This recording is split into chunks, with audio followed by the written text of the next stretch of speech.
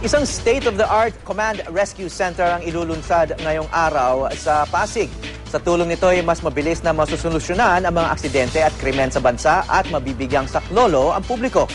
May news to go si Micaela Papa live. Micaela? Hawi, ilulunsad ngayong umaga ang pinakabago at state-of-the-art na command center dito sa lungsod ng Pasig. Kami pa lang meron sa Pilipinas to. Una sa Pilipinas ang ilang features ng bagong command center na binansagang Pasig C3 o Command, Communications and Control Center. Mula sa iisang tanggapan, kayang bantayan at kontrolin ang traffic, peace and order at pati na pagbaha sa buong lungsod.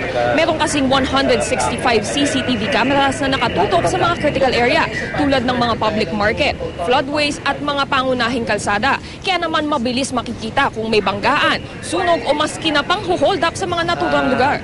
Bukod sa pagmamatsyag, maaari na ring sitahin ang kawatan on the spot sa pamamagitan ng wireless PA system at mga speaker na nakakalat sa iba't ibang bahagi ng lungsod. Meron na ring vehicle-mounted cameras kapag in hot pursuit ang mga police mobile. May sarili na ring instrumentation sa gusali upang mabantayan ang lagay ng panahon, pati na paglindol.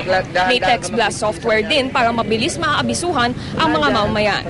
Hawi, meron na ring sariling call center ang Pasig at kung meron kayong i-report na aksidente o sakuna, maaari lamang tumawag sa numerong 643-0000. Yan ang latest mula sa lungsod ng Pasig. Micaela Papa, GMA News.